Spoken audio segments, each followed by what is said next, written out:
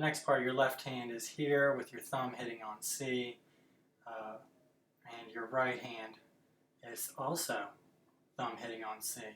The first two notes are G's with your ring finger, your forefinger on your left hand, and then an A with your three finger twice. And then your right hand is going to hit 4, 3, 2, 1, F, E, D, C. So if we put all that together,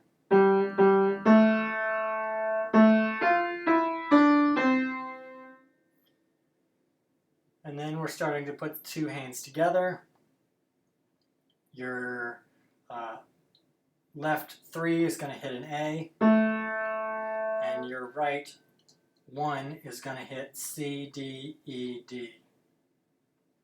And that those first three notes are going to be triplets.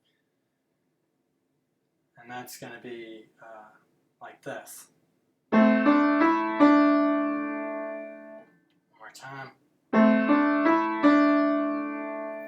And then you have a B with your left hand, and then you're playing those same first notes. You're playing the same notes you did at the beginning. So a B, and then we're starting over.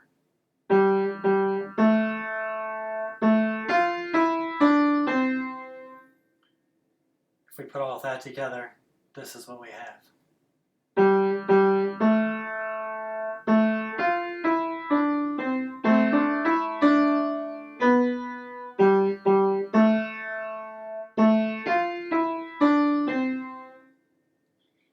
Then the next thing we have, the two finger on your left hand is going to be hitting a B flat, while your right hand hits a G with the 5 finger.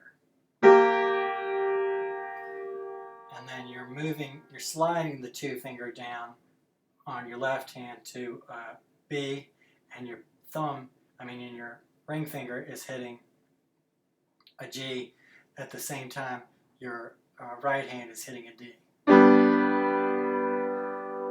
So that last little part is just two notes. A quarter note and a half note. So you have